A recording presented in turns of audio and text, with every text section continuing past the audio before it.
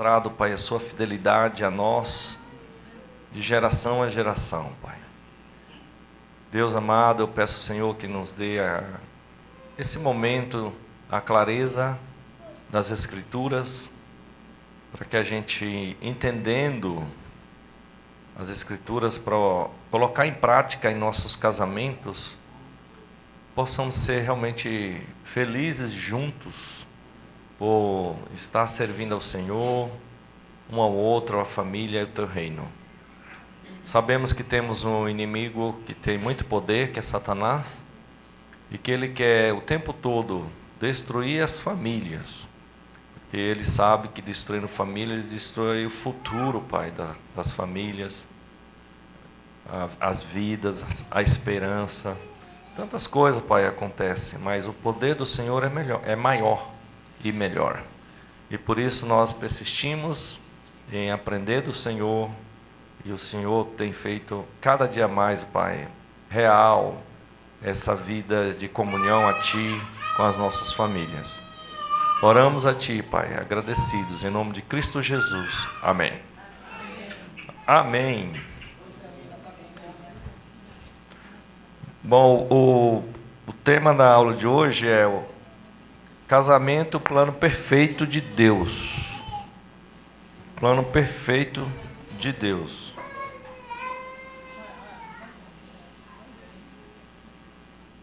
E a gente vai começar lendo em Gênesis 2, do 18 ao 25. Gênesis 2, do 18 ao 25.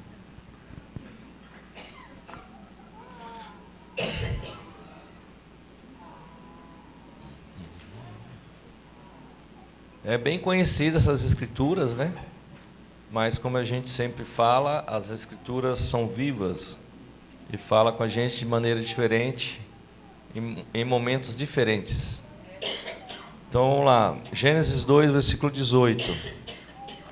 Então o Senhor Deus declarou: não é bom que o homem esteja só.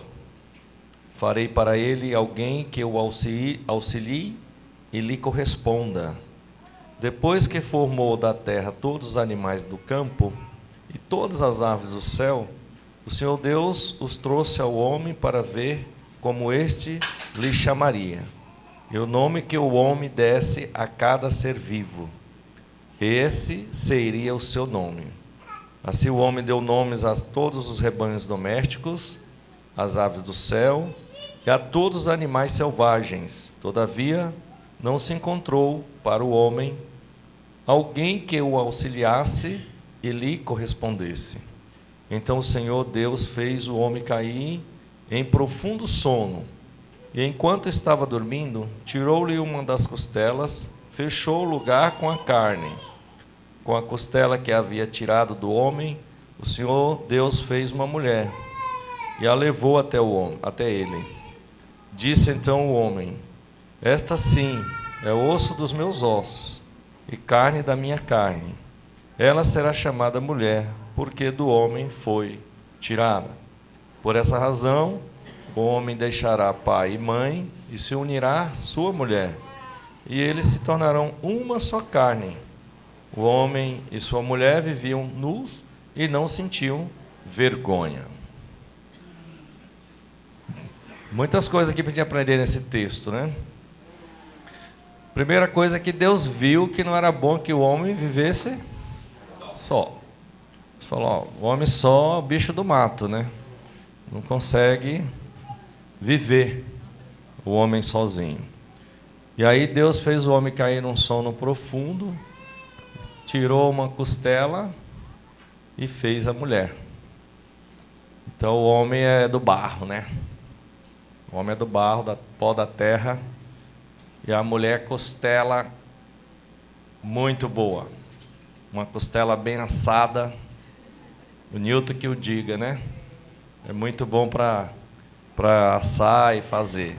Então Deus sabia que era legal tirar o homem da costela. Diz um historiador aí que Deus tirou a mulher da costela do homem de propósito.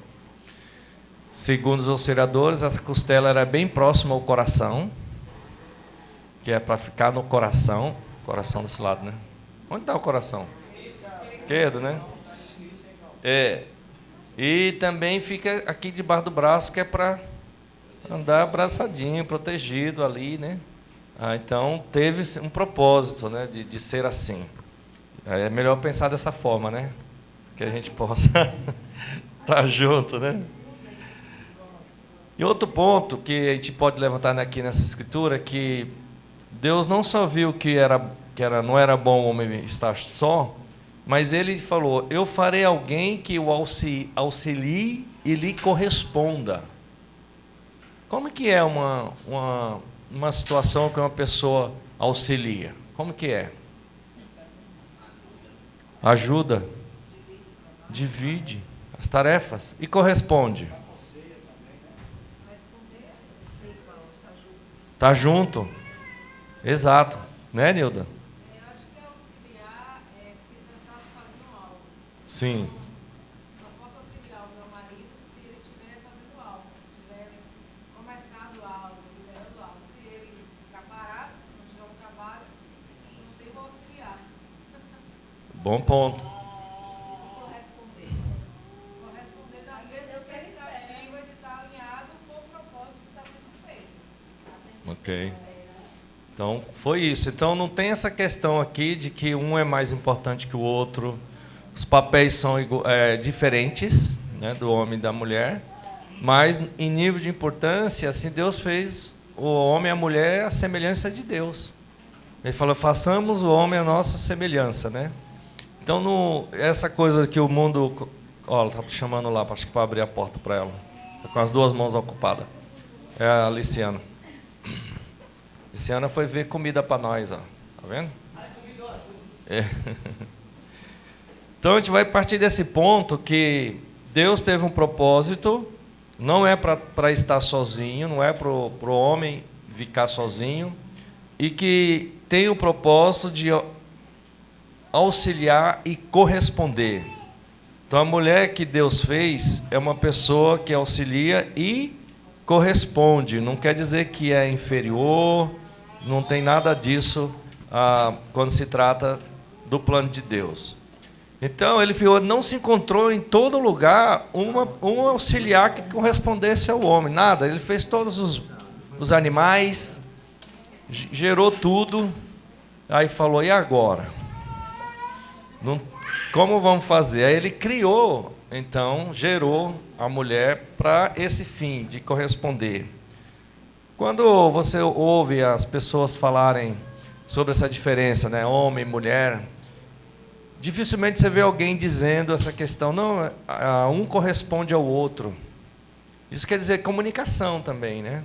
Você corresponde, você dá feedback, você está junto ali, né? Você fala a mesma língua, né? Você está junto ali, conversando, dialogando sobre aquela coisa que precisa ser feita, né?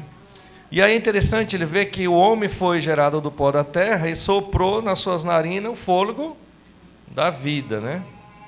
Colocou lá nele. Já a mulher, como já tinha o fôlego da vida, foi só tirar um pedaço da costela e gerar a mulher. Então é algo bem unido, né? Bem unido. Diz que na matemática do matrimônio, 1 mais 1 é igual a 1. Não é a 2. Somos um só, né? 2 em 1. É como a trindade, né? A trindade, 1 mais 1 mais 1 mais 1 é igual a 1. E aí o Pai, Filho e Espírito Santo. Então, o casamento também é assim, né? É uma unidade, né? Deus fez para ser uma só pessoa. E aí no versículo 21 a 23 ele fala: Deus, depois que fez a mulher, aí ele apresenta Adão, né? Chega, ó, tem uma pessoa aqui agora para ser companheira. Aí a mulher, e ele fala, é para corresponder, né? E aí 2 pessoas criadas agora por Deus, algo maravilhoso, a obra de Deus maravilhosa, para trabalharem juntos, glorificar a Deus juntos e viverem juntos. Isso é muito bom. E aí quando a gente vê lá nas Escrituras, falando que para a mulher ser submissa ao homem, muitos entendem isso de um jeito muito errado, né? Submisso? O que é isso? Nunca. Que palavra é essa? Mas o que é ser submisso? O que é ser submisso? O que você entende sobre submissão? Está na mesma missão. Não é um estar embaixo do outro ali, né? Pisando. Não, estamos na mesma missão, no mesmo propósito, estamos sob missão, né? Juntos. Alguns até falam, o quê? Lá em casa eu sou submissa. Se brincar, sobe a missão. E essa não foi boa, né? Essa não foi boa, né? Oh. Ainda bem que o William não entendeu.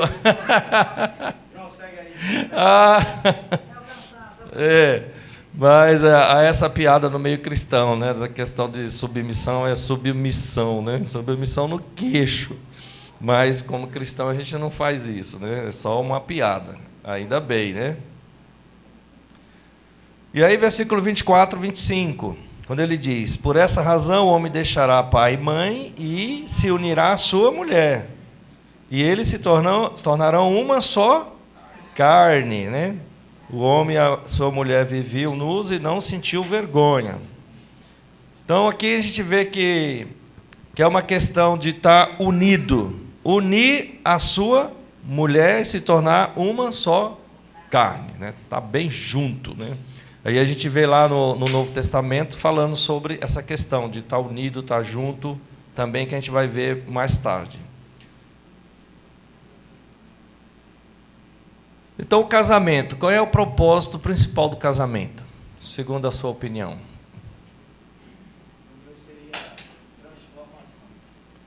Casamento, transformação. O propósito do casamento é discipulado? Tornar o outro mais parecido com Jesus.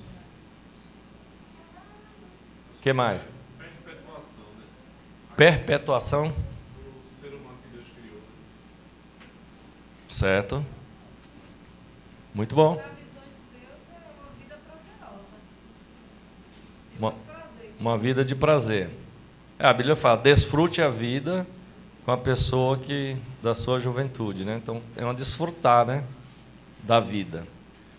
Mas, segundo os estudiosos, que o Deus criou o casamento para formar e construir famílias, né? Através da união de duas pessoas, as famílias vão se perpetuando, crescendo, né?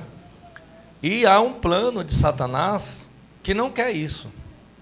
Ele não quer que as famílias cresçam, que se unam e que fiquem debaixo da mão de Deus para crescerem na obediência de Deus. Então ele vem para realmente deixar a coisa bem distante do que é de Deus.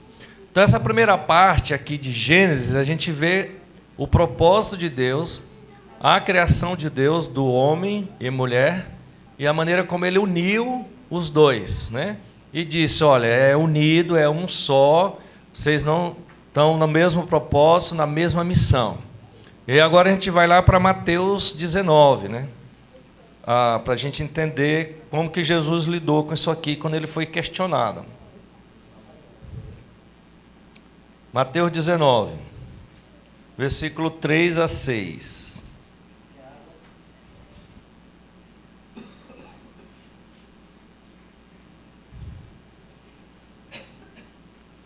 19, 3 a 6. Alguns fariseus aproximaram-se dele para pô-lo à prova e perguntaram-lhe: é permitido ao homem divorciar-se de sua mulher por qualquer motivo? Ele respondeu: vocês não leram que, no princípio, o Criador os fez homem e mulher? E disse: por essa razão, o homem deixará pai e mãe e se unirá à sua mulher, e os dois se tornarão uma só carne. Assim, eles já não são dois, mas sim uma só carne. Portanto, o que Deus uniu, ninguém os separe, ninguém separe. Então a gente vê aqui que um grupo de fariseus, né, aproxima de Jesus, quer pôr ele à prova, né, colocar ele em contradição, e faz a pergunta: é permitido ao homem divorciar de sua mulher por qualquer motivo?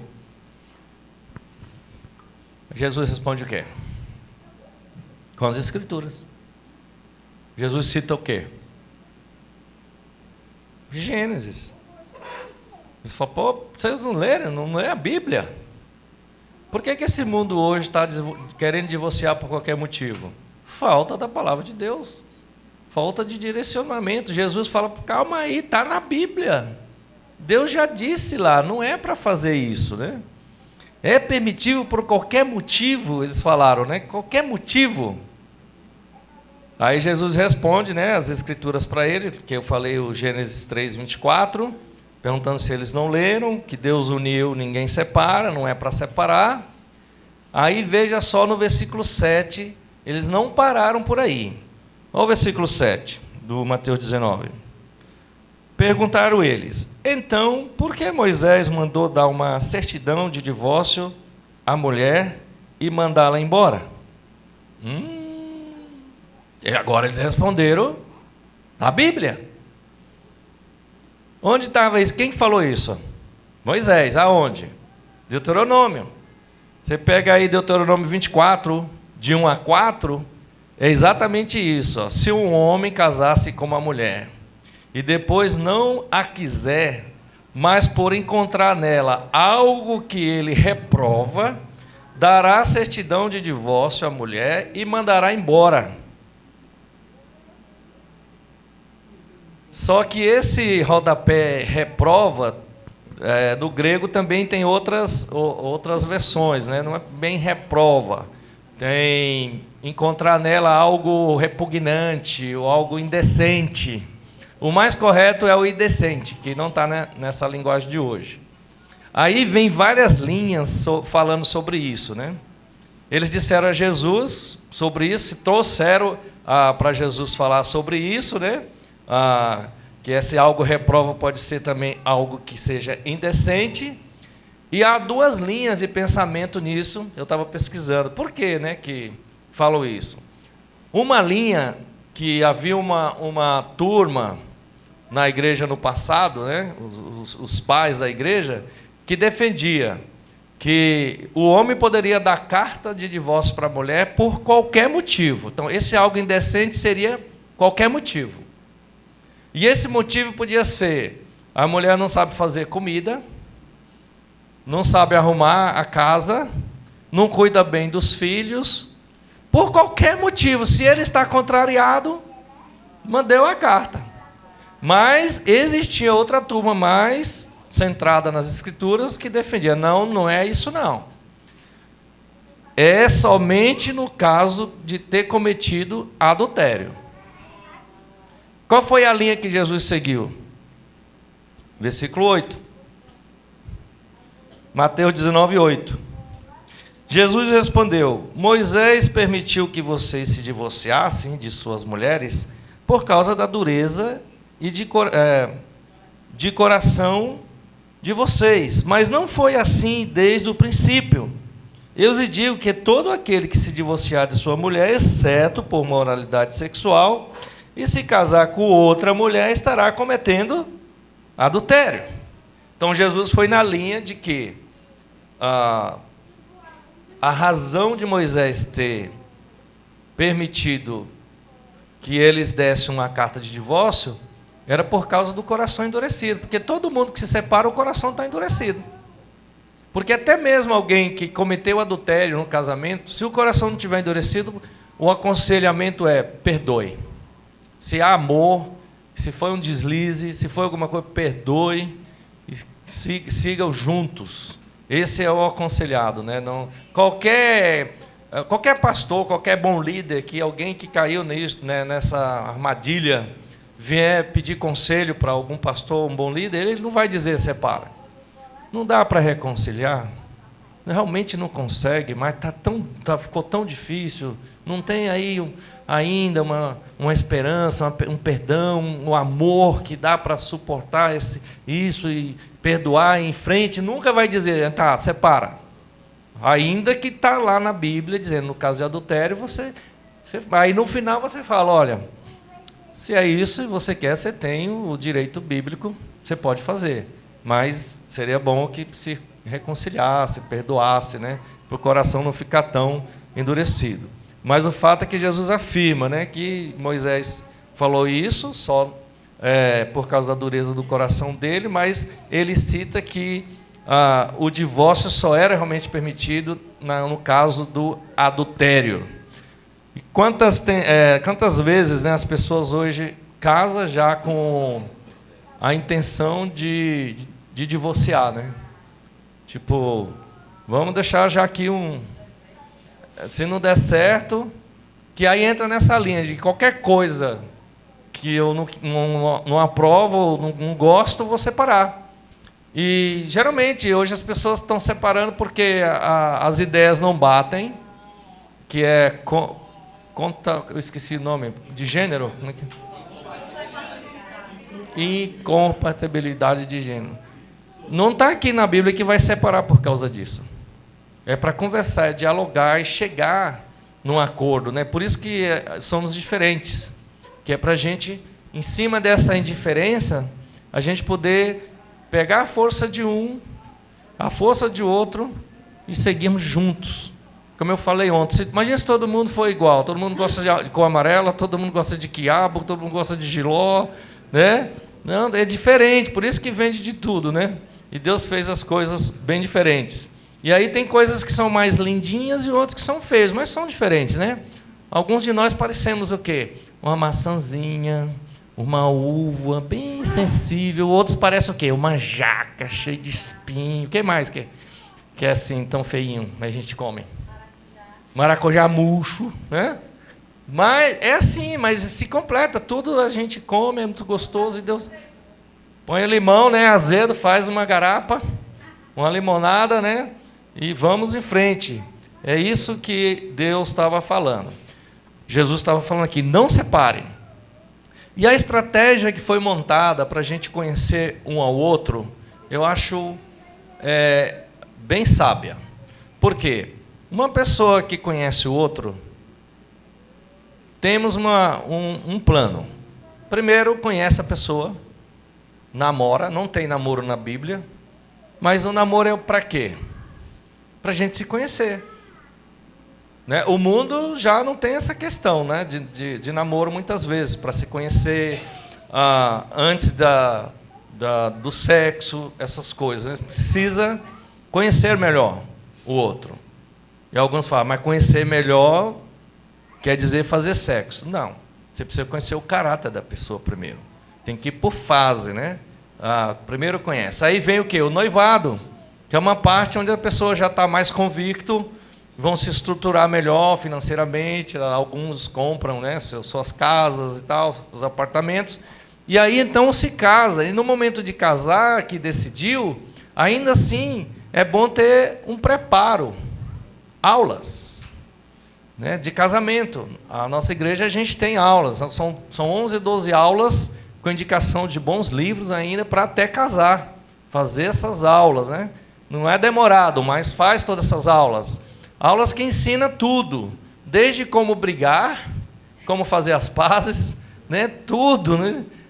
Essas aulas aí deixa a pessoa preparado ali para uma vida a dois casarem. Porque o casamento é coisa séria. Por que para a pessoa tirar uma carta de motorista, ela hoje precisa fazer não sei quantas aulas, né? Fazer muito de coisas, paga caríssimo, está muito caro hoje tirar carta de motorista, ainda vai ficar 1 ano para receber a carta definitiva, que vai dirigir, tá certo, tem que ter responsabilidade, né, para não sair atropelando todo mundo, né, por aí. Mas porque no casamento a pessoa olhou para o outro, vamos morar junto, já estamos juntos. É coisa séria, não é assim. E nas igrejas a gente precisa entender isso e levar esse ensinamento de Cristo à risca. Casamento é coisa séria. E o número de divórcios dentro das igrejas tem aumentado. Nas igrejas que era bem pouco, mas você vê as pesquisas hoje, tem aumentado o número de divórcios, que talvez não estão muito focados no que Jesus está falando aqui, né? O que Deus uniu, o homem não separa. Esse é o que Jesus falou para a gente fazer. Então, se a gente segue esses passos, ainda não quer dizer que está 100% garantido, porque nós temos a natureza humana. Temos nossos desejos e vontades que às vezes são bem difíceis, mas com muito diálogo e oração, a gente consegue crescer e glorificar o nome de Deus.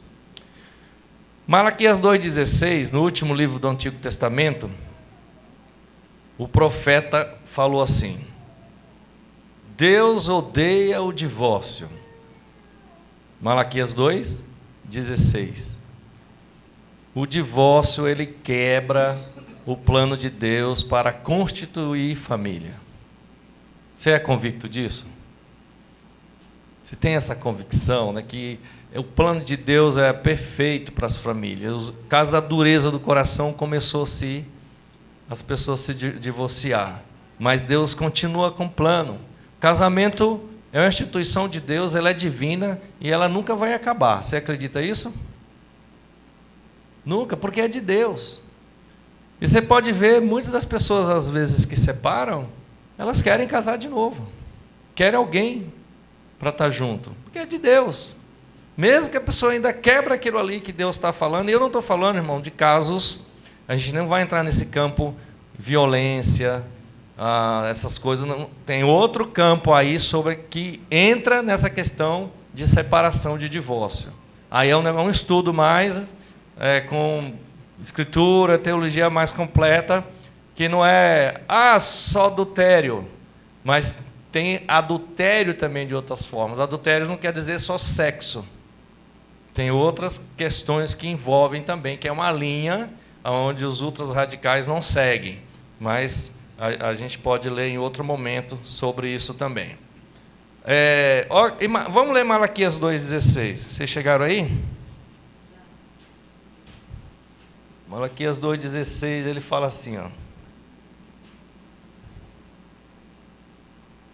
Eu odeio o divórcio, diz o Senhor, o Deus de Israel, e também odeio o homem que se cobre de violência, como se cobre de roupas, diz o Senhor dos Exércitos. Por isso, tenham bom senso, não sejam infiéis. Essa questão de se cobre de violência começa a entrar no estudo de espancamento, violência doméstica e tal. Entra aí, que é outra linha, onde alguns não entendem, mas isso também dá o aval para, se caso isso está acontecendo, tem uma outra forma que a gente vai ver em Coríntios como agir, né? Quando isso acontece. O fato é que Deus odeia o homem que se cobra de violência, tanto quanto que comete adultério. E ele fala que odeia o divórcio por isso, porque a família é uma instituição divina, é de Deus. Voltando lá para Mateus 19:9, para a gente reforçar aqui. Aí a gente vai abrir para as perguntas, viu? Você fica anotando, por favor. Mateus 9, a gente reforça aqui, versículo... No 19, desculpa, estava 19. No versículo 9, quando ele fala, né? Eu lhes digo que todo aquele que se divorciar da sua mulher, exceto por imoralidade sexual, e se casar com outra mulher, estará cometendo adultério. Então Jesus ele se posiciona. Fala, olha, eu sou contra. Lembra que ele está respondendo uma pergunta, né? Dos fariseus. E ele se posiciona, não ficou no muro ali. Não sei, né? Ele falou, Moisés fez isso por causa da dureza de coração de vocês. Está lá em Deuteronômio, mas eu quero citar para vocês Gênesis 2, o que foi falado lá, que é para que o Deus uniu, que o homem esteja junto, que não se separe. Então ele se posicionou ali muito firme na posição dele. E no versículo 10, a gente vê aí 19:10, Mateus 19:10. Os discípulos lhe disseram: se esta é a situação entre o homem e sua mulher, é melhor não casar. Os discípulos acharam muito duro o negócio. Como assim, Jesus? Então não casa. Como é que vai fazer para casar, né? Casamento não são para todos. Aí você vê o Jesus falando depois aqui, descendo, o que é um casamento. Casamento é coisa séria. A Bíblia fala que casamento é um mistério profundo. Diz até que casamento é um dom. Tem gente que não consegue ficar casado, porque é algo que exige muitos fatores na vida de um casal. Você começa os dois ali, vindo de culturas diferentes, famílias diferentes, junta ali. Vocês não sabem como viver, vão aprender. Aí depois vem os filhos, vocês não sabem como ser pais, vão aprender a ser pais. Os filhos estão pequenos, eles crescem, você não sabe ser pai de jovem, vai aprender. Eles ficam adultos, vai sair de casa, vai estudar fora, você fica maluco pedindo ajuda para um, para outro. Aí sai de casa, fica os dois juntos de novo. E aí, o que vocês construíram agora? São amigos? Que relacionamento que você tem? Muitos casais se divorciam quando os filhos saem de casa, estatisticamente falando, né? Porque agora 2 pessoas sem relacionamentos, não são amigos, mudos dentro de casa, sem assunto, porque tudo estava em volta dos filhos, tudo que faziam era somente com os filhos. Os filhos são importantes, a gente precisa cuidar deles, criar muito bem, mas não esquece um do outro, o cônjuge, né? Sempre alimentando, estar junto com o outro. 3 palavras mágicas que salvam o casamento. Eu vi isso aqui, eu achei interessante falar para vocês. Quais são elas? Quando você errar, diga: eu estou errado. Sem mais. Eu estou errado. Isso salva casamento. A outra: eu lhe peço perdão. Não é desculpa. Eu lhe peço perdão. E a outra é: com a graça de Deus, nunca mais vou repetir esse pecado.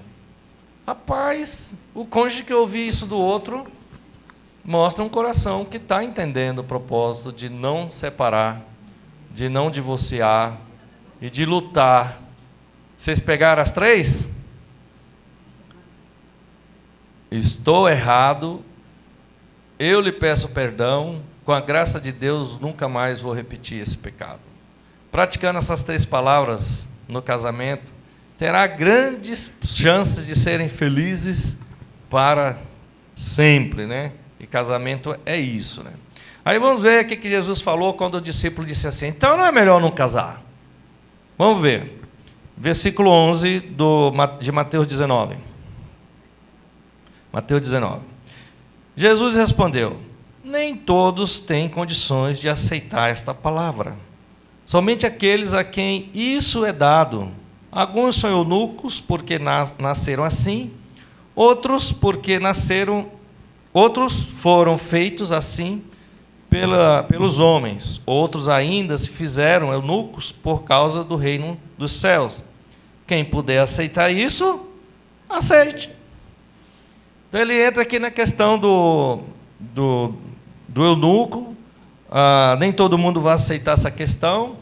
Aí entra naquela que a pessoa entrou no casamento despreparado, sem conhecer o outro, e viu que não é isso. Mas foi casado. Por que entrou?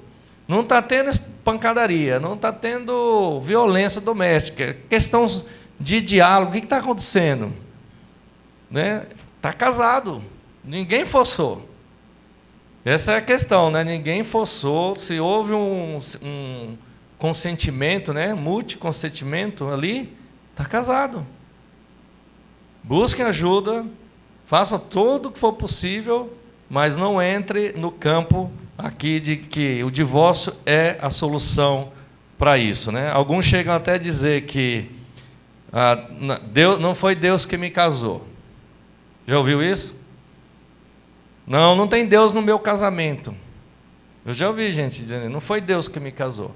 Mas se foi em nome de Deus e os dois estavam com consentimento, o casamento foi feito. Está feito ali o casamento. Agora, se existe outras coisas lá, de espancamento, de adultério, aí é outra coisa para serem vistas, porque o casamento ele precisa ser preservado. Você não vê a sociedade hoje muito preocupada em preservar o casamento, mas às vezes de separar o casamento. Ele tem que ser preservado porque ele é o plano perfeito de Deus para a humanidade. Por isso ele odeia o casamento. Então a gente viu a parte de Gênesis. Desculpa, gente, obrigado. Ele ama. Está gravado? Não, né? Tá não, então tá bom. Bom, ainda bem que vocês estão aqui. A gente viu essa parte de Gênesis, onde tudo criou, e a gente viu aqui Jesus falando com os fariseus, que talvez estavam pensando de separar quando fizeram essa pergunta, ou pegar Jesus em contradição. Até os próprios discípulos ficaram, então não vamos casar. E agora a gente vai para outra parte, que é em 1 Coríntios, e capítulo 7. 1 Coríntios 7, de 1 a 3. Vamos ler juntos.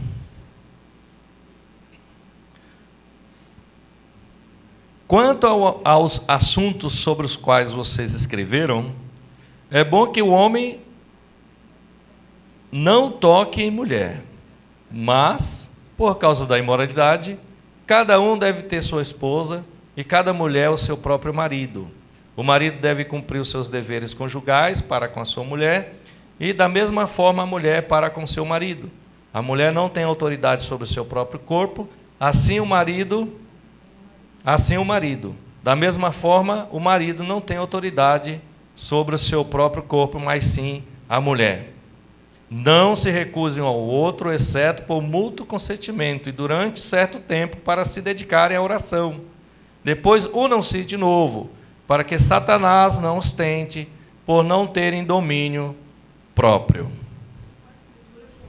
É 1 Coríntios 7, a gente leu de 1 a 4, li até o 5. Então aqui a gente vê o apóstolo trazendo aqui um ensinamento, né?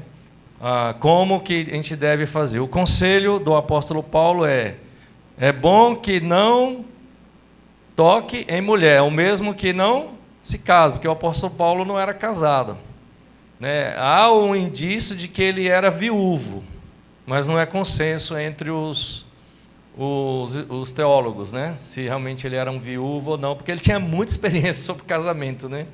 Sim, Pedro. E ele foi membro do Sinédrio, né? Sim. Recebeu do Sinédrio dos casados. Ele conviveu, é um cara experiente, estudado. Então, se ele foi viúvo ou não, mas ele tinha muita experiência no assunto, né? Ele falava bastante sobre essa questão. Aí ele fala, não é bom que o homem toque em mulher ou se casa, mas se você não aguenta, né, ficar solteiro, qual é o conselho dele? Case, e se case. E cada um tem a sua própria esposa. Você vê, cada um tem a sua própria esposa e cada um tem o seu próprio marido. Então, é cada um. Aí você vê que os papéis aqui são iguais. Assim, papéis diferentes, mas eles precisam fazer as coisas. Você pega no versículo 3. O marido deve cumprir os seus deveres conjugais para com a sua mulher e, da mesma forma, a mulher para com seu marido. A mulher não tem autoridade sobre o seu próprio corpo, mas sim o marido. Da mesma forma, o marido não tem autoridade sobre o seu próprio corpo, mas sim a mulher. Não está aqui, a responsabilidade não é igual? Está ali, tem que fazer os dois, são deveres. Casamento onde um tem um dever lá em cima e o outro nada ou quase nada, não funciona. Aquela conta vermelha, sempre no vermelho ali, que o outro sente que está fazendo muito e o outro nada. E na parte de relacionamento sexual, também. Ele fala, não se negue um ao outro. No casamento, precisa cuidar e ter zelo em relação ao sexo. Fazer jejum de sexo não funciona. É pecado. Ele fala, se vocês dois tiverem em comum acordo de que por um tempo não vai ter relação para orar, ok. Mas o casal que está orando geralmente tem sexo. Porque uma boa oração dá um sexo legal. Né? Tem aqui o namorado aqui, mas vocês sabem que é depois do casamento, né? Então, fique tranquilo. Aí, sobre isso, né? Então, cada esposa com seu marido, cada marido com a sua esposa. E os dois devem cumprir os seus deveres conjugais, né? Cada um dentro do papel que Deus falou para fazer, e nada de ter jejum no sexo, né? Para praticar no casamento. Por quê? Senão Satanás vem e o tenta, né? Se a gente não está cuidando um do outro, o que vai acontecer? Uma hora Satanás vai achar uma brecha ali, vai colocar uma situação, uma questão, aonde a pessoa vai, às vezes, ficar enredado, está fraco com Deus. Sempre acontece se você está fraco com Deus. E eu já vi alguns casais dentro da igreja que eram casais pilares na igreja. E depois de um tempo começaram a brincar com o pecado, flertar com, não está muito forte mais com Deus. E aconteceu que houve traição no casamento, né? Eu não podia citar os nomes aqui, mas não vou fazer isso. E divórcio mesmo. Porque não cuidou um do outro. Depois, quando você foi falar, a gente não tem intimidade faz muito tempo. Somos dois irmãos em casa, né? Num certo sentido. Não só irmão na fé, mas irmão de sangue também, né? Que a gente, quando é cristão, se torna dois irmãos na fé, mas não de sangue, né? E a gente é marido e mulher. Então, a gente precisa cuidar um do outro nesse sentido, né? E em alguns casos, se um não tem desejo, precisa procurar médico. Não é pecado nenhum procurar ajuda. Os médicos ou o lugar, os sexólogos, né, vai com os dois combinando, né, para ir buscar. Isso vai ajudar bastante no seu casamento, né? Eu recentemente, beirando aí os 50, eu precisei falar, olha, eu vou procurar ajuda. Fui no urologista, eu e ali fomos nos sexólogos, né, ver novas coisas, novas frentes. E não é que deu certo, né? Tem formas, não é para você ficar lá daquele jeito que a idade vai chegando, o corpo muda, E a gente precisa entender a mensagem que o corpo está passando e buscar ajuda. Olha o Theo aí, ó, sinais.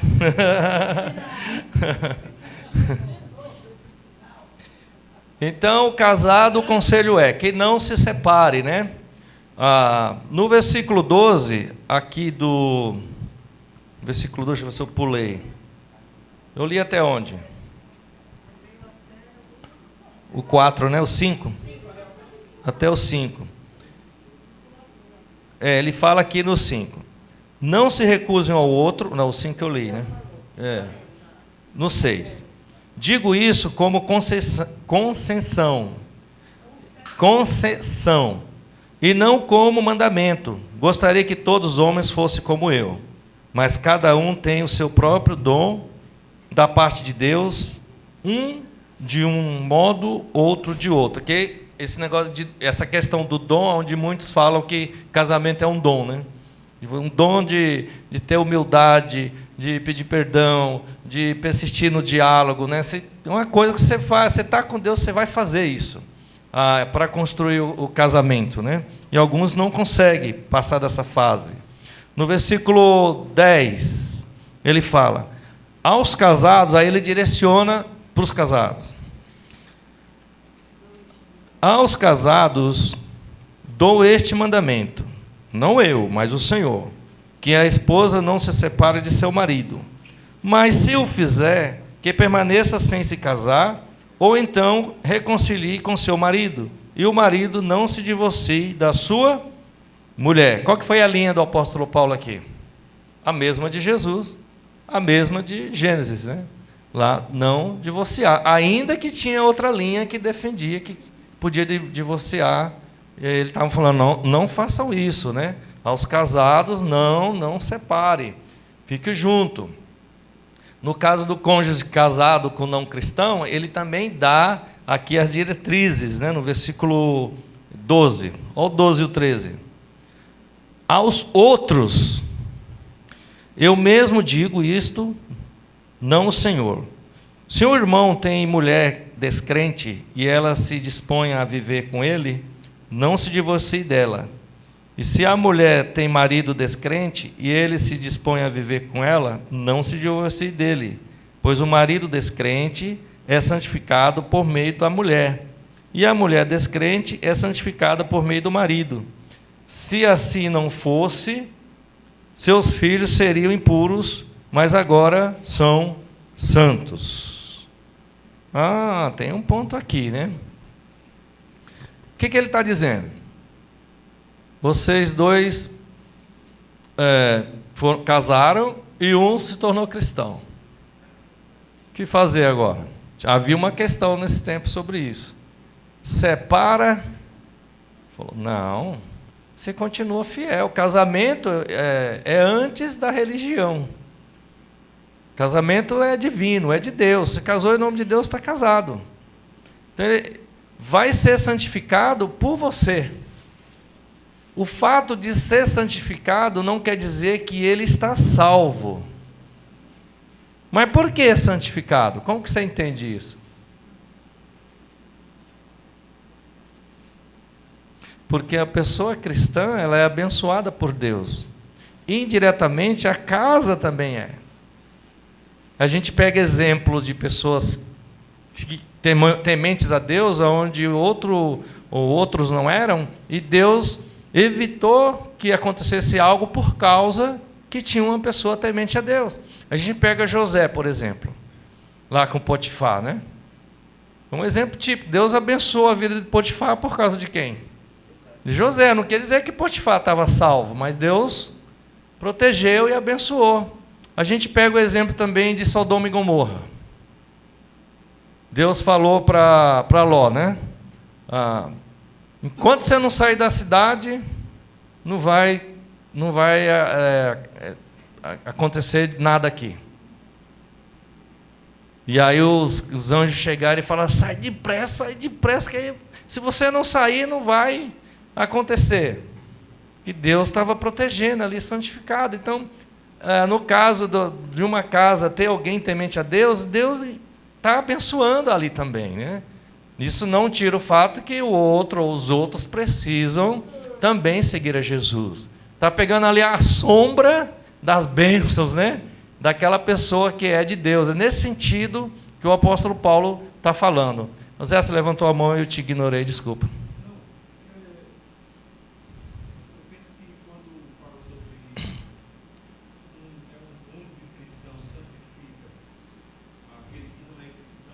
Eu acredito que isso acontece no ato, né? Lógico que santifica porque é no ato sexual. E é como se fosse, por exemplo, no batismo, é bem espiritual isso. Você, quando é batizado, é imerso na água, a gente se une a Cristo, né? Por meio do batismo. Sim. É uma coisa espiritual. É fé. Essa união vem por meio da fé. E aí é nesse momento que a gente desce as águas e se torna um com Cristo, né? Quando a gente sai. E aí, quando há o ato, é como se você. É o momento onde você se torna um. Sim. E aí é onde há a santificação é nisso. Porque você se torna um. Perfeito. É isso mesmo, Zé. Obrigado. Então, nós estamos entendendo aqui, biblicamente, isso mesmo, que é um estudo muito mais profundo, a gente estudar e entender. Mas o princípio é esse aqui. Eu sei que cada um sabe de um caso, de uma questão que aconteceu, mas o cerne de tudo é Deus odeia o divórcio. E precisa trabalhar cada casal, cada família como igreja para que isso não aconteça jamais, né? Dentro das nossas famílias e dentro da igreja também. Outro ponto que eu quero falar com vocês é sobre o casal se divorciar de Deus. Quando que isso acontece? Quando o casal está unido no pecado. E aí o exemplo aqui de Atos 5. Atos 5. Como assim divorciar de Deus? Às vezes você vê coisa, né, que você escuta e você vai ler direito e fala, tem sentido.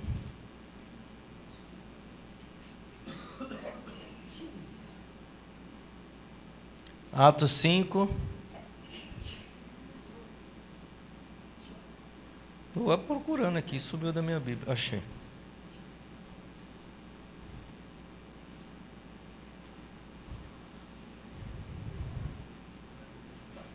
Atos 5. É impressionante a gente poder ver essa questão aqui que aconteceu com eles.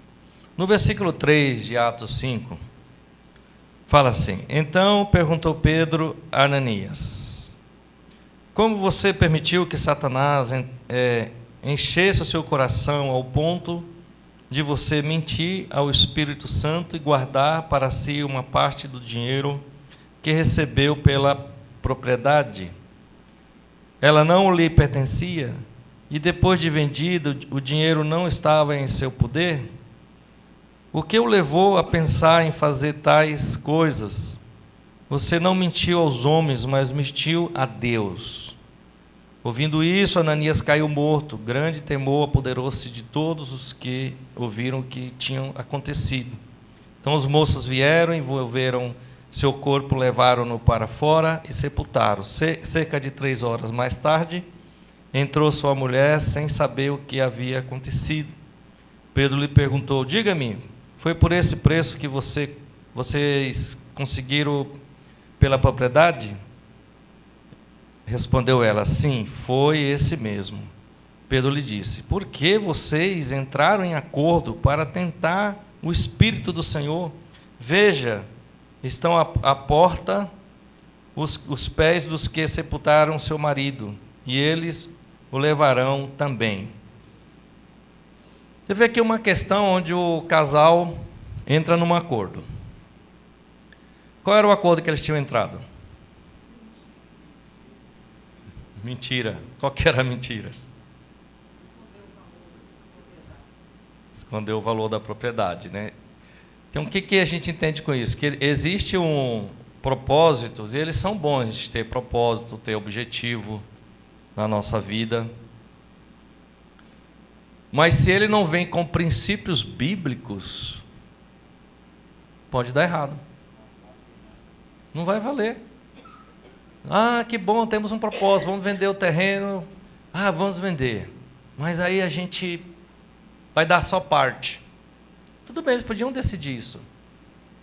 Mas quando chega lá, se tem um princípio bíblico, a pessoa fala: olha, a gente precisou, a gente vendeu, e a gente pensou melhor, a gente quis dar só uma parte. Não tinha acontecido nada, estava tudo tranquilo.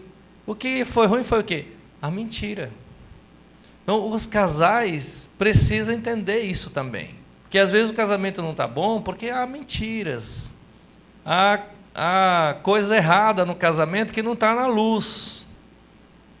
E aí Deus não vai abençoar também um relacionamento assim de negócios, né? Propósitos e coisas que não está completamente na luz. Então é muito perigoso também isso acontecer e destruir as famílias, né? Esse acordo de não trazer para a luz as coisas. Outro casal que também não trouxe para a luz quando errou: Adão e Eva. Deus falou: olha, vocês podem tocar em tudo que tiver aí, menos naquela árvore, o fruto daquela árvore que está no meio do jardim. Foi lá, a Eva trouxe. Eu já sei que a culpa não foi da Eva, foi do Adão. Já sei que foi dele, porque ela foi passear no jardim sozinha e ele ficou deitado, dormindo em casa depois do almoço. Aí, Zildo, depois do almoço dá uma leseira, né? Dá uma leseira na gente, né? Vamos passear, amor, vamos fazer exercício. Ele: vai lá, vai sozinho. Aí ela achou o fruto e trouxe. Aí o que foi errado aí? Quando Deus chega, fala primeiro com Adão. Aí o que Adão diz? A mulher que me destes. Culpou Deus. Culpou Deus. Culpou Deus, velho. O cara. Aí vira para a mulher diz o quê? Foi a cobra. Então, quando você está unido e não assumir o pecado, isso também causa destruição na família. Então, a gente, como discípulos, a gente precisa estar atento a diversas áreas da nossa vida, porque o inimigo ele está atento a nós, e ele quer pegar a nossa família, nosso matrimônio, nosso casamento. Marcelo lembrou de algo ali, levantou a mão. Vai lá, Marcelão. Às vezes acontece situação de relacionamento, né? Com um dos cônjuges. E aí o cônjuge traz para nós, ou a gente traz para a situação. E a gente algumas vezes tem duas atitudes, né? Ou a gente pode agravar a situação que é trazida para nós, ou a gente pode tentar ser um pacificador, né? Na situação. Sim. Dentro da igreja, não, aconteceu isso, o irmão fez isso comigo e tal, e aí o outro cônjuge ele pode potencializar, né? Talvez uma crítica, né? Rapaz, de novo, sempre assim, né? Você está certo, tá? A gente agrava a situação, ou a gente pode pacificar, né? O outro cônjuge ser o pacificador, né? Sim. Não é melhor você pensar melhor, né? Vamos orar, vamos baixar a poeira, vamos buscar Deus, né? Acontece essas duas situações, né? E aí quando essa postura de agravamento, né? Aí acho que aí entra nesse ponto aí, né? Os dois se fecham, e aí a mágoa cresce, o coração endurece com os dois, né? Aí a tendência é um afastamento. A tendência é o afastamento. E é verdade, se você fazer o paralelo aqui de Adão e Eva, com Ananias e Safira, tipo, Eva saiu sozinha, Adão ficou em casa. No caso de Ananias e Safira, quem saiu sozinho primeiro? Ananias. Né? Se você fizer aqui uma conjectura sem cometer uma heresia, né? Vamos supor que domingo vamos para a igreja. Vamos para a igreja. Aí um sai na frente do outro. Calaca, o outro chega, já cantou os louvores, passou a ceia, já está na pregação. E isso é costumeiro. Se ela tivesse ido, talvez não teria acontecido, porque ela ia presenciar tudo aquilo, talvez ela ia falar, não, Deus tocou no meu coração, não, vão matar meu marido, vai morrer, mas não morre. Ela chega 3 horas depois, não estava lá o corpo, não tinha nada, talvez ela atrasou porque estava fazendo a chapinha, e domingo tem que ir bonito, né, na igreja? Não tem que ir bonito na igreja? Todo dia, né? E na igreja todo bonito. Ou talvez os filhos, vai na frente, eu vou dar café para os meninos. Geralmente as mães precisam dar café para os meninos, o marido tem outra responsabilidade lá, tem que chegar mais cedo. São conjecturas, né? Não está na Bíblia isso. Mas no dia a dia não acontece assim, não. Os maridos estão lá, às vezes a mulher tem casamento que a mulher está querendo ir, já está pronto, o cara não está lá, não, peraí, estou no banheiro. Então a gente precisa tudo avaliar essas coisas para a gente melhorar o nosso relacionamento, primeiro com Deus, o cônjuge e os filhos, com a igreja, e todos nós com a igreja, para que a gente possa viver melhor. Perfeito não, porque não existe perfeição, né? Vai ter semanas e dias que não vai dar certo, mas não é o costumeiro da nossa vida. Então eu queria deixar que ali falar um pouquinho sobre esse ponto. Foi o que você me mostrou aí? Eu falei esse ponto, foi?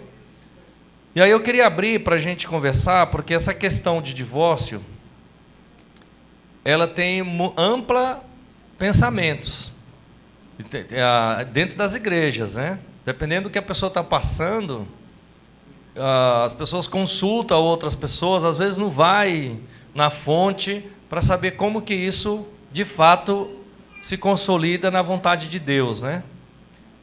E aí eu queria abrir um pouquinho para ver o que você pensou sobre isso. Você quer acrescentar um pouco sobre isso? Que eu não sou o mestre nisso, mas estudei um pouco aqui para trazer para vocês. Tenho convicção sobre isso, mas não sou estudioso do assunto, né? Mas o Pedro e a Alessiana ali já levantou o braço ali. Não, só uma coisinha antes de dar a palavra, Pedro. Já te dou a palavra. Minha palavra seria só uma orientação a respeito do lanche. Porque quem quiser, se você permitir, ia servir no café e voltava para ir pegando e fazendo as perguntas. Acho que dá. Da janta, né? Eu não tenho problema com isso, que eu acho que você é a primeira a tomar café. Mas só falando uma coisa que o Marcelo levantou, que eu achei muito importante, quando a gente leva, né, a nossa situação assim para o discipulado, né, a gente leva para outro casal em busca de ajuda, eu acho que a gente tem que tomar muito cuidado, que às vezes a gente já está tão acostumado com as pessoas e com as situações, e é muito fácil a gente cair no julgamento. Né? Tipo, não, lá vem o Pedro de novo. Meu Deus, olha a cara da Aliciana, chegando na igreja de novo com essa cara. Aí você já julga, né? Que o Pedro já fez aquilo de novo e ela já caiu no pecado de novo. E eles estão chegando azedos de novo. Então a gente tem que parar com isso, irmãos. Eu acho que isso é muito destrutivo. Eu gostei muito que o Marcelo levantou, porque é muito destrutivo para os nossos casamentos. E esse pré-julgamento, né? Tipo, você não sabe como a pessoa está, você não sabe como foi aquela semana, você não sabe o que ela está superando. Talvez ela recebeu o anúncio de um câncer, talvez ele perdeu o trabalho, talvez... Você não sabe o que a pessoa está passando. Então, eu acho que nós, como igreja, a gente tem que ser, antes de tudo, pacificadores. Eu gostei muito disso, Marcelo.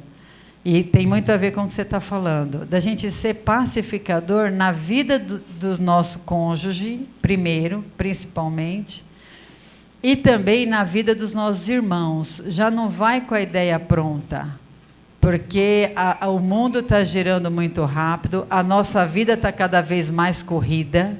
A gente está enfrentando problemas que antes da pandemia a gente nem tinha ideia do que era. Eu não tinha ideia de que era depressão, de que era ansiedade, de que era ataque de pânico. Eu não tinha nada disso. E agora você tem que saber lidar com isso, né? Com essas coisas que são novas para a gente. Então, eu só queria reforçar isso. Muito bom reforçado. Muito bem reforçado. Mais uma... Pedro. Não, na verdade seria a questão do Alisson. Eu quero fazer uma pergunta. Eu acho que não é uma pergunta, é uma contribuição. Eu acho que a questão do divórcio na atualidade, a gente tem percebido uma desconstrução dos papéis que Deus estabeleceu para a família. Como você bem falou, o homem e a mulher, ninguém está em pé de superioridade e inferioridade. Mas Deus determinou que a mulher e o homem cumprissem papéis específicos dentro do lar. E a gente percebe que o mundo hoje está fazendo uma inversão desses papéis. Eles invertem esses valores. Por exemplo, a questão do feminismo. Claro, né? Você sabe que a mulher precisa estar em pé de igualdade com o homem, tem os mesmos direitos de trabalho, de renda, de condições de trabalho. Mas a gente percebe que há uma supervalorização desse empoderamento feminino. E aí, quando você vai ver dentro desse bíblico a função da mulher, o que as pessoas do mundo pregam de empoderamento feminino vai contra o que a Bíblia estabeleceu. Você bem falou no início da palavra, né, da explanação, que para nós, enquanto cristãos, o nosso limiar, nossa base é a palavra. Se estiver fora da palavra, né, não tem por que seguir. E aí me lembrou muito bem também a sua analogia de ontem, do ping-pong e do tênis. Há muitos casamentos na atualidade, inclusive dentro da igreja, que parece que está numa partida de tênis. O marido quer se embora com a mulher quer se embora com o marido, é sempre uma disputa. É sempre uma esposa. Nós não somos competidores, nós somos cooperadores. Para que o casamento venha a dar certo, a gente tem que entender, e é tudo que o princípio bíblico diz. Eu devo considerar ela superior a mim, e vice-versa. E aí, nesse exercício, a gente vai se respeitar, a gente vai amar um ao outro, a gente vai entender a vulnerabilidade do outro. Ela tem qualidades que eu não tenho. Eu tenho qualidades que ela não tem. Mas isso não me faz melhor do que ela, e ela melhor que eu. Então a gente precisa entender que a gente está naquela parte do ping-pong. O negócio é não deixar a bola cair. Faz 15 anos que ele está segurando a bola para ela não cair. E eu espero em Deus que ele consiga segurar até um dia que um dos dois caia. Os dois caem. Os dois caem juntos. Quando a raquete caiu, eu tinha que. A raquete caiu. Aí partiu. Ela ficou com a pensão. Fica com a pensão. Fala, Otávio. Coisa roçando. Eu fiquei pensando aqui sobre essa questão de eles se tornarão, e a entendo não locutor de rádio não. Deixa eu pegar o microfone. Aí eu fiquei pensativo muito sobre essa questão aí, essa frase que ele botei no final. E eles se tornarão uma só carne, né? Fiquei até meio assim no início, sem entender o significado, né? De se tornar uma só carne. Aí eu pesquisei rapidamente aqui e achei um negócio bem interessante. Que ele fala sobre essa questão de se tornar uma só carne. Aí ele bota assim: morte à vida egoísta e independente. O princípio de uma só carne significa morte à vida egoísta e independente. Ninguém deve casar para ser feliz só para si, né?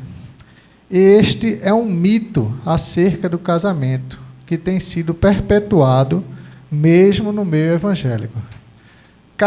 Se cada um dos cônjuges procurar a felicidade do outro, ambos serão realizados. Porém, se cada um tentar defender apenas a sua própria felicidade e realização, o relacionamento se destruirá e só haverá decepção e tristeza. Portanto, ao entrar na aliança matrimonial, cada um deve estar ciente da necessidade de morrer para si mesmo e procurar agradar ao seu cônjuge. Quem procura a felicidade de seu marido ou esposa alcança sua própria felicidade. O apóstolo Paulo declarou aos Efésios que quem ama a esposa, a si mesmo se ama. Logo é justo declarar que quem alegra seu cônjuge, a si mesmo se alegra. Perfeito, obrigado. Nossa, muito bom isso mesmo. Quem morrer para si, né? Bom, oi. Deixa só você. Por favor. Tem um ponto aí da aula, naquele ponto em que fala que se uma mulher se casa e um dos cônjuges se torna um cristão, e se o outro cônjuge não se impede, não se incomoda com isso, né? Que ela não se divorcie dele. Mas já aconteceu no passado de não acontecer exatamente assim. De um dos cônjuges se tornar um cristão e houve uma recusa e uma repressão enorme por parte do outro. E na época, não me lembro, faz muito tempo, isso foi lá no Rio de Janeiro, chegou a se tocar nesse assunto de divórcio. Então, como é que a gente deve pensar? Porque a condição que tem na Bíblia, ele fala, e se o cônjuge se permite viver com ela ou com ele, que o outro não se divorcie. Mas se houver uma repressão, algo até drástico às vezes. Eu teve um caso até que o cara queria tacar fogo na roupa da mulher, para ela não sair de casa, coisas assim. O que é que a gente pode aconselhar? Muito bom, Rosana. Aí entra naquele caso de que está tendo violência, risco de morte, né? Não é mais somente palavras e tudo. Aí onde entra naquela linha que é possível entrar o divórcio aí. Se os dois são cristãos, e existe caso de os dois serem cristãos e um dos cônjuges espancar. Também ficou fraco, caiu tá fraco, mas não saiu da igreja ainda. Mas ele está maltratando o cônjuge. Nesse caso, essa pessoa vem até a liderança da igreja, ele é repreendido, e se ele não se arrepende, ele é desligado da membresia. Então ele passa a ser o quê? Não cristão.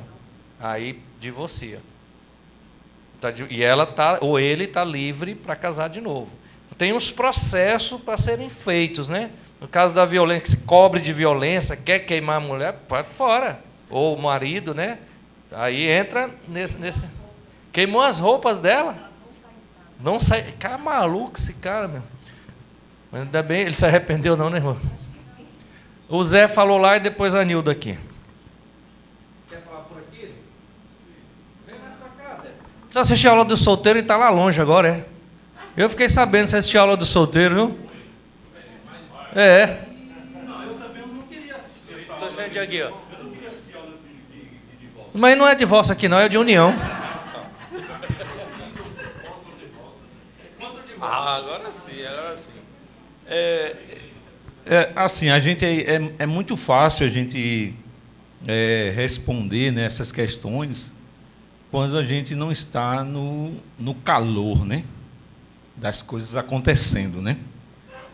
Então, para mim, primeiro, quando Jesus diz assim, você não viu, vocês não leram a Bíblia, vocês não sabem o que está escrito no princípio?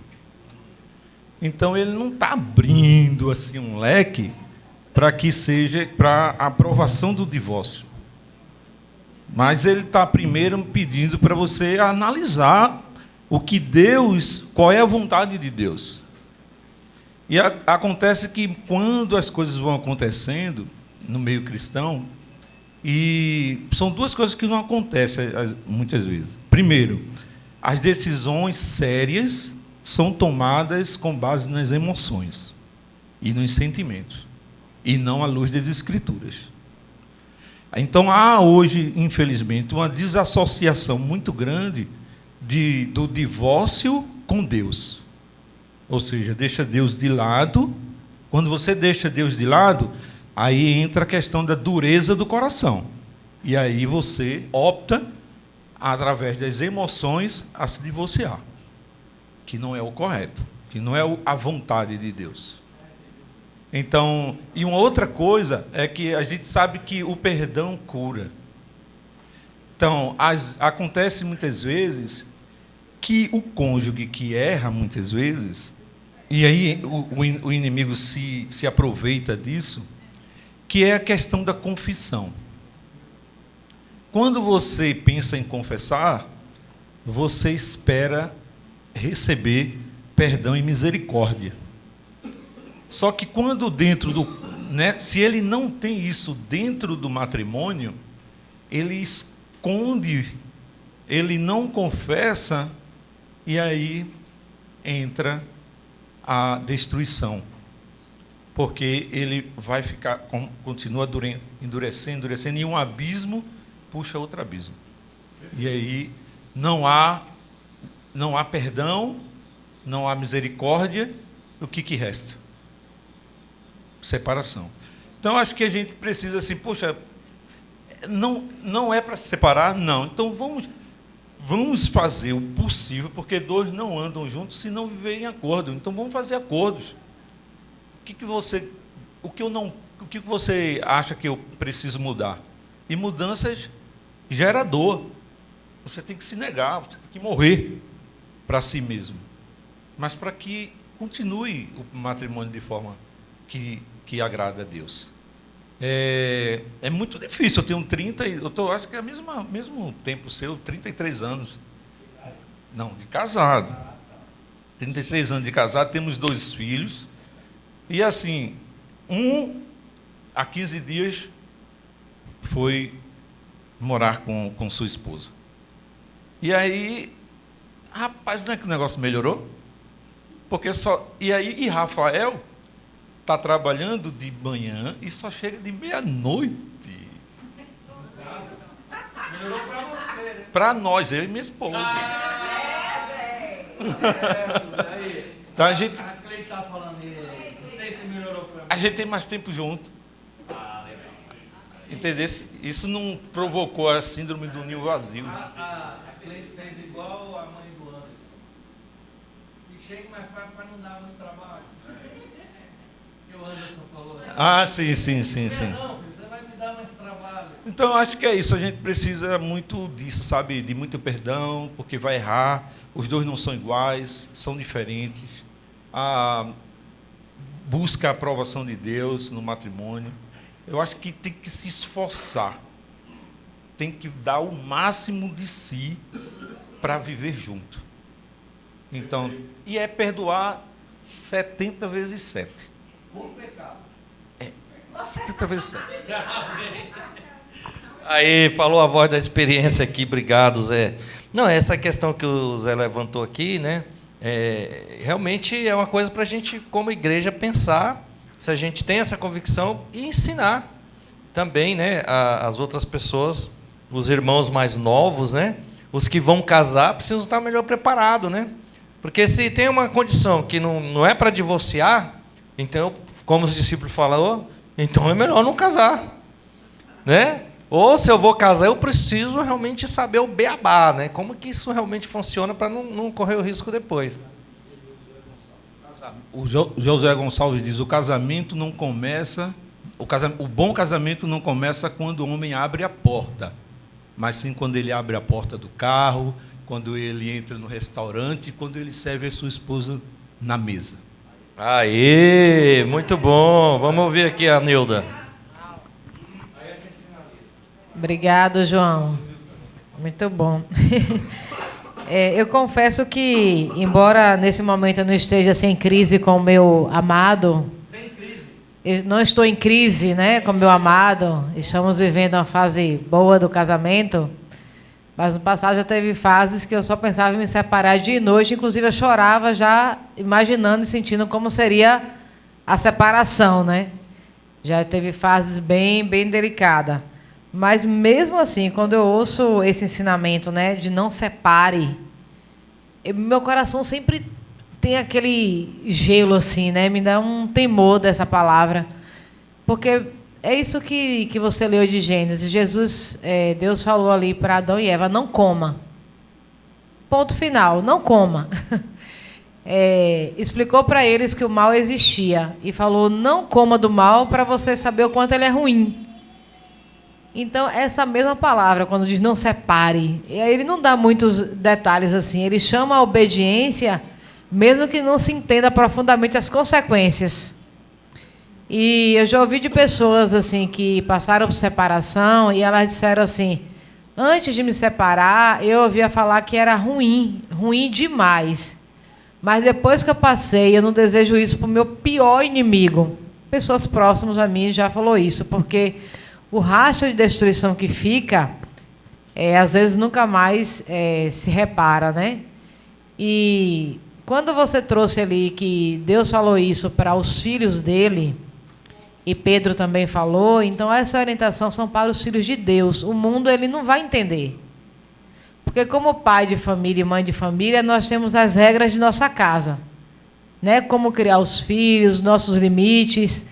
Aí se chegar alguém metendo bedelho, né, e dizer: não, que bobagem, deixa a menina usar essa roupa, deixa o menino comer aquilo, a gente dá de brabo, né? E defende, porque é a nossa casa, os limites da nossa casa, e é o que faz bem para a família.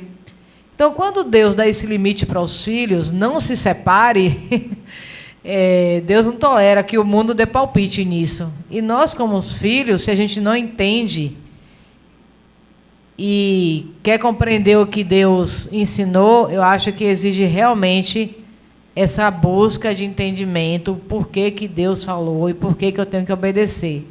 Pelo menos foi isso que aconteceu comigo. E nesse processo, Deus vai trazer muito arrependimento ao coração, porque no Éden, quando eu falei assim, o casamento para mim é para ser prazeroso, porque eu vi que Deus preparou tudo para ser prazeroso para o homem. A água, a terra, não jogou na floresta, botou no jardim, deu plantas saborosas. Então, Deus fez tudo para aquele casamento ser de prazer para os dois, prazer em todos os sentidos.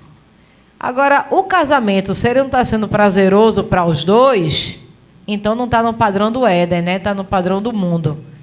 E aí é a hora que entra, como filhos de Deus, compreender a dor do outro, para se arrepender e voltar ao padrão.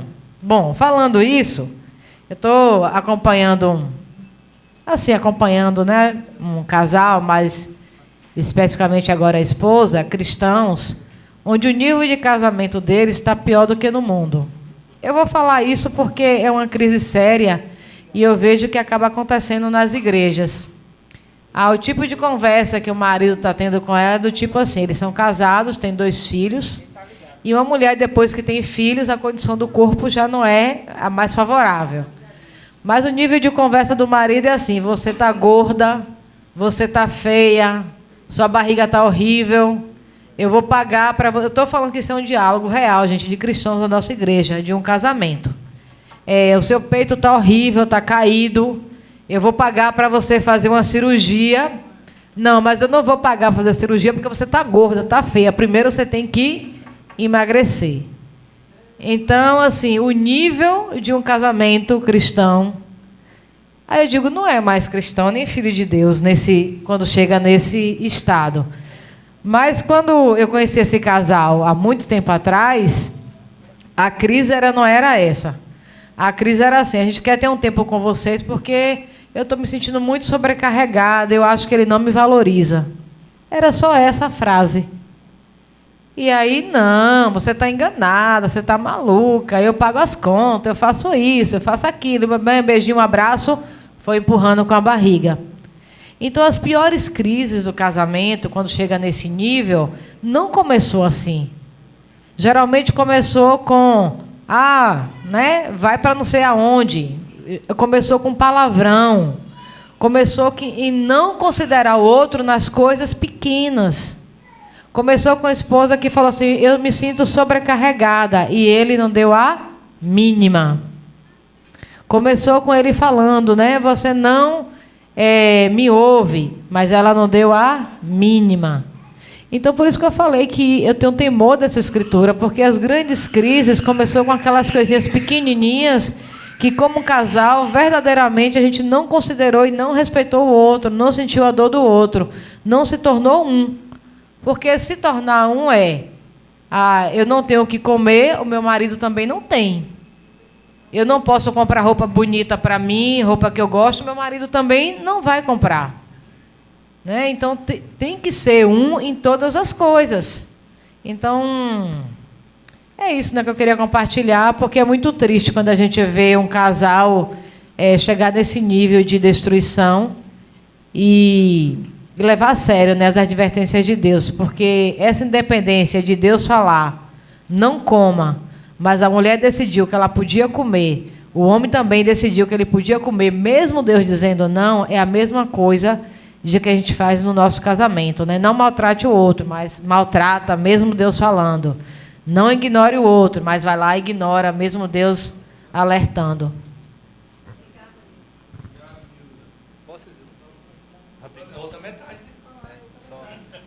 Posso, Zildo? Não, na verdade não é sobre essa parte aí, é uma dúvida minha.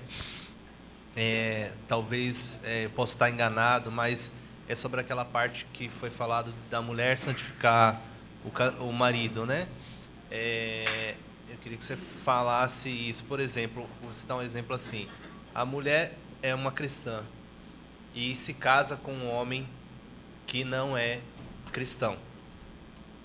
Ela é excluída da igreja pelo marido não ser um cristão ou não?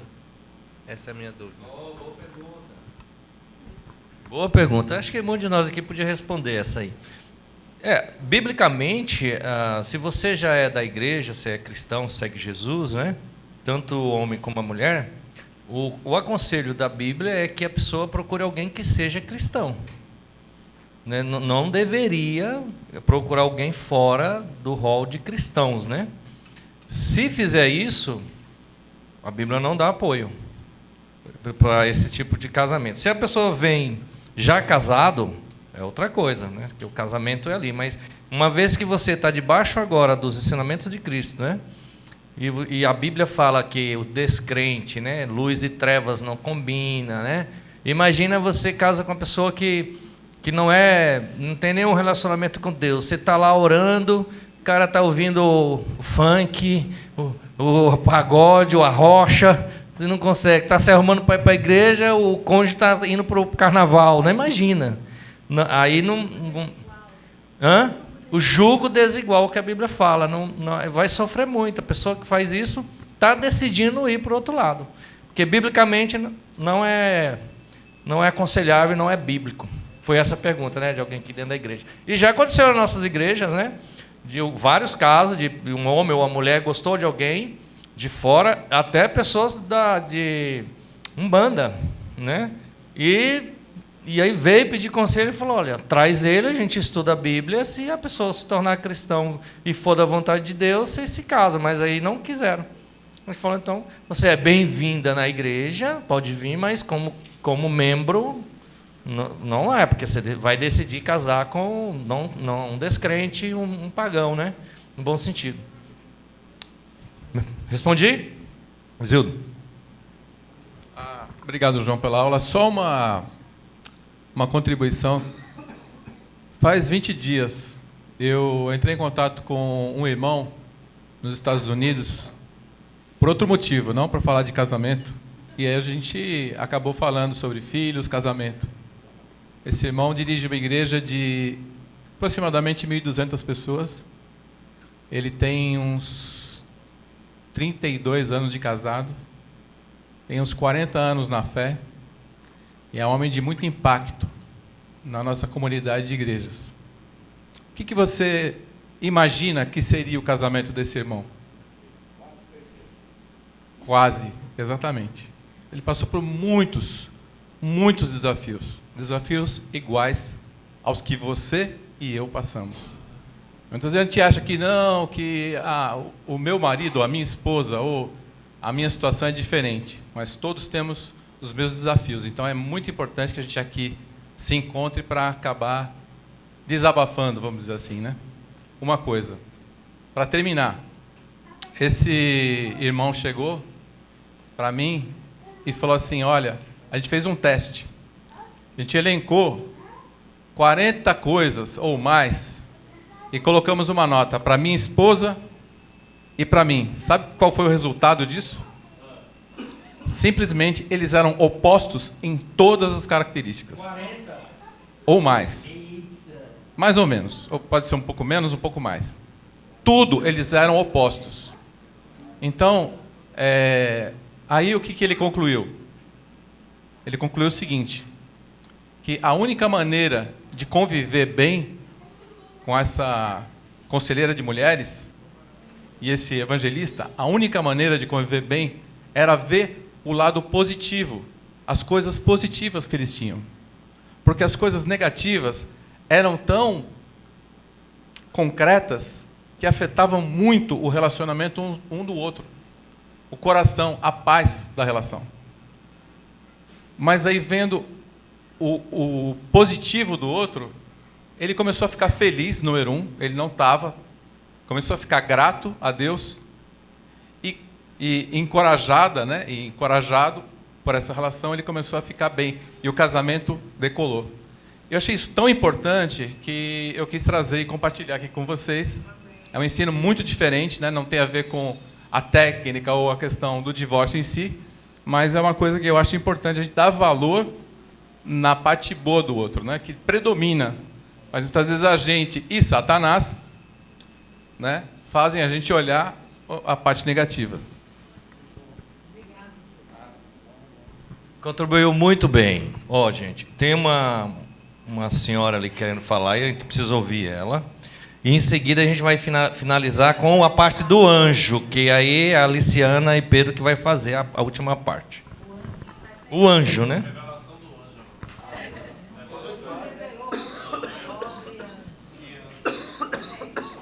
Então eu juro que vai ser rápido. Mas é algo que me veio assim na minha mente, né? Em relação à questão de como é difícil, né? A gente conviver com o outro. Mas me veio muito forte essa escritura que fala sobre, que é de Gálatas, que fala sobre a vida pelo Espírito. Porque quando um casal ele vive pelo Espírito, ele está mais disposto a se submeter ao que o Espírito diz, né? E em Gálatas ele fala assim: mas o fruto do Espírito é amor, alegria, paz, paciência, amabilidade, bondade, fidelidade, mansidão e domínio próprio. Sem essas características aqui dos frutos do Espírito, o casamento ele não vai para frente. Então, eu vejo que o casamento nos ensina a sermos melhores e a nos submetermos ao Espírito. Então, contra essas coisas, a própria Escritura fala, né? Contra essas coisas não há lei. Então, não tem o que se questionar, né? E o casamento a gente exercita todos os dias isso aqui, né? Paciência, mansidão. E que não é fácil. Então, de fato, a gente precisa entregar nossos casamentos ao Espírito Santo, né? Para nos ajudar. Amém. Obrigado. Irmãos, paz de Cristo, bem rapidinho, 5 minutinhos para a gente poder se organizar para o café. Aqui na igreja em Recife nós temos um encontro de casais bimestrais, que a gente se une para orar um pelos outros, para compartilhar a palavra de Deus. E aí a gente decidiu que cada casal aqui no Retiro iria ter um casal de compartilhamento de orações, necessidades espirituais, familiares, que a gente chama de anjo. E aí Dominique pegou os e-mails dos irmãos e fizemos um sorteio online.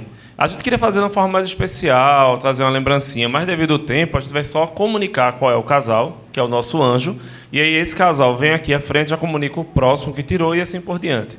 E aí a gente vai orar em conjunto com esses casais, semanalmente, quinzenalmente, até o próximo encontro, daqui a 2 meses, né? Porque esse mês não vai ter devido ao retiro, esse momento de comunhão. Então, o casal que nós tiramos é um casal muito especial, que são irmãos que nós amamos muito, né? Amamos todos os irmãos, mas esses em especiais, a Alice já conhece há bastante tempo, né? Vou dar algumas dicas. Começaram 2 pivetinhas na igreja, uma puxando a outra para conhecer a Cristo, e nós tivemos o prazer de tirarmos Sandra e Marcelo como nosso casal anjo, né? Marmelada. Não tem como não, foi online.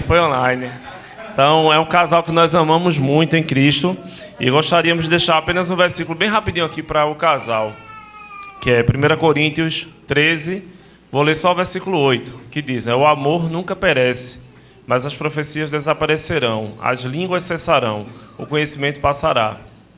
Vou ler o 9. Pois em parte conhecemos e em parte profetizamos. O 10. Quando, porém, vier o que é perfeito, o que é imperfeito desaparecerá. E aí ele vai falando a respeito da grandiosidade do amor, né? Então, que Deus abençoe você, Marcelo, esse amor de vocês, que muito nos inspira, e é um casal que nós amamos muito, e estaremos aí unidos para nos ajudarmos em oração.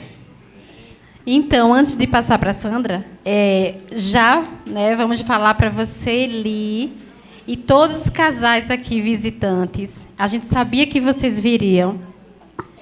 E aí não sabíamos, não conhecíamos, não sabia. Depois que a gente soube o nome, mas assim, o que foi acordado, né, é que a gente já tinha que começar a orar, blindar vocês em oração, os casais. A gente já precisava, a gente fez isso há 1 semana atrás, sabe? Sabíamos quem era quem, o casal de quem. O anjo, e aí a gente já começamos a orar por vocês, tá certo? Para vocês estarem aqui, vocês chegarem aqui, viu? Então é isso, se sintam acolhidos e vamos continuar orando por vocês, tá certo? Então, Sandra agora vai falar quem é. Boa tarde, irmãos. Marcelo está nos preparativos da festa.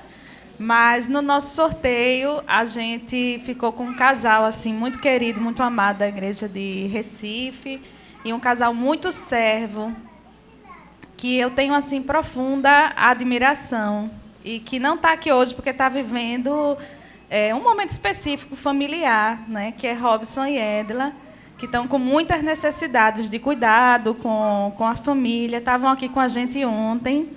E eu até já contei a eles. Eu falei, estamos orando, né? A gente vai ficar, durante esse tempo, esses 2 meses, combinando de ter esses tempos com eles, de casal, de oração e fortalecendo a nossa amizade, né? Podendo cuidar dos nossos casamentos. Então, Robson e Edra não estão aqui. Aí pode ser outro casal, porque eles também não conseguiram fazer o sorteio. Porque o e-mail dele estava com problema. Pronto.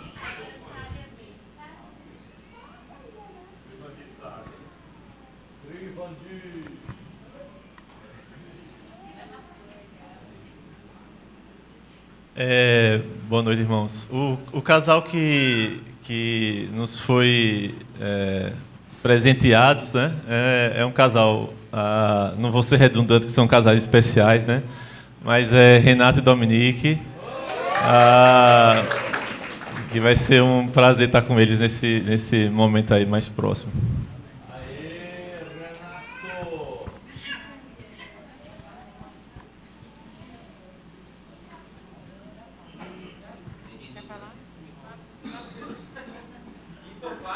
Vai Levanta. Então, o casal que a gente tirou é um casal recém-chegado na igreja, mas que está servindo muito, principalmente os casais.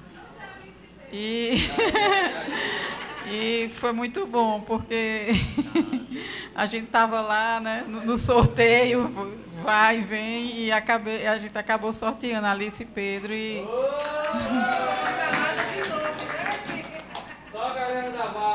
Foi muito bom. E vai ser muito bom, né? Estreitar os laços de amizade. E só compartilhando que no meu casamento com o Renato, em 2006, Alice, que era solteira, pegou o buquê.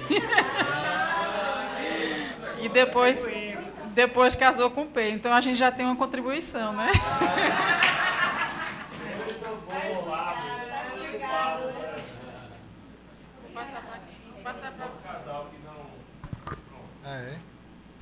O casal que a gente tirou não está aqui.